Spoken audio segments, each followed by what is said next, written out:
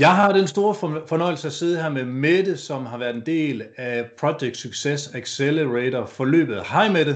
Hej. Hej Mads. Kan du lige starte med at fortælle lidt omkring dig selv? Jo, jeg er 39 år, og jeg har arbejdet hele mit liv i reklamebranchen. Jeg har siddet som projektleder og kontaktchef. Fantastisk. Og du har været med på Project Success Accelerator Mentoring forløbet. Hvor var du, inden du kom med på forløbet? Hvad var det for nogle udfordringer, du havde i forbindelse med projektledelse? Jamen, det er en del år siden, jeg er blevet uddannet, og jeg har lært rigtig meget på mine arbejdspladser, men jeg synes, at det var tid til at dygtiggøre mig og få nogle nye værktøjer, som jeg kunne bruge i mine projekter. Både at have nogle teorier, som ligesom bakker op om mine erfaringer, og nogle værktøjer, og det synes jeg virkelig, jeg har fået med her. Fantastisk. Hvad var sådan den afgørende årsag til, at du valgte netop dette forløb?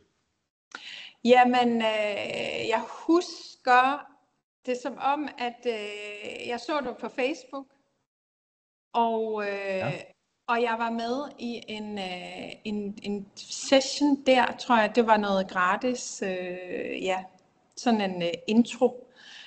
Og jeg synes bare, det lød mega spændende, og det var lige det, at jeg skulle have, og du var interessant at høre på.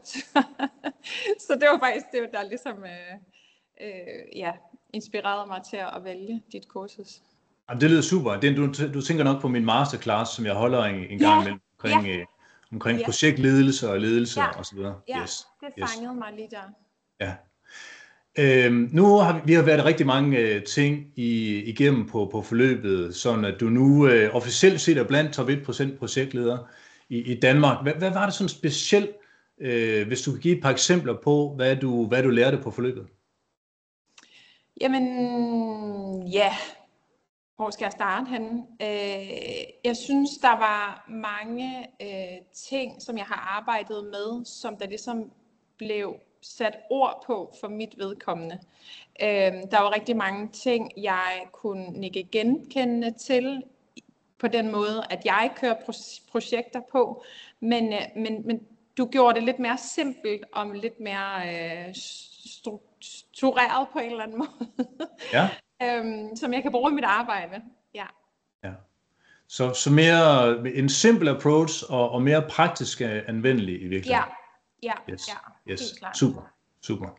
Så hvad nu er du så igennem forløbet, det har været en absolut fornøjelse at have dig med. Hvor er du så i dag, hvad er anderledes ved sådan dit næste step i din karriere? Jamen, jeg kan jo tage alle den her model med PARC-modellen, som du bruger, og bruger det. Jeg kan bruge det specifikt i mine projekter, og have det som opbakning og en checkliste. Have de værktøjer, som jeg måske manglede, som jeg kan bruge nu, faktisk. Ja. Super, Mette. Super. Hvis der nu er nogen, der sidder derude og tænker om det her forløb er noget for dem, hvad er det så det bedste råd, du kan give til dem, der overvejer at komme med på mit mentoring-forløb? Jamen, det bedste råd? Ja, jeg synes, at det har været virkelig rart med denne her en-til-en coaching med dig.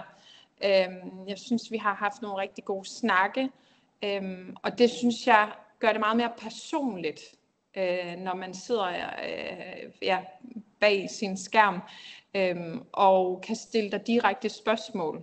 Det synes jeg har været mega rart. Og så, som vi har snakket om, altså denne her PARC-model, kan man gøre det til sin egen, skalere op og ned, og det ligger du mega meget op til selv også, føler jeg. Så ja, jeg har været mega glad for det. Super. Det er jeg selvfølgelig rigtig glad for at høre med det. Og jeg vil også sige, at det har været en absolut fornøjelse at lære dig at kende igennem vores sessioner, men også at se dig rykke igennem forløbet. Det har været helt fænomenalt. Så jeg vil bare sige for min side også, det har været en absolut fornøjelse at have dig med. og jeg ønsker dig alt muligt held og lykke i din fremtidige karriere, i dit fremtidige liv. Så tak fordi du var med her, og have det rigtig godt.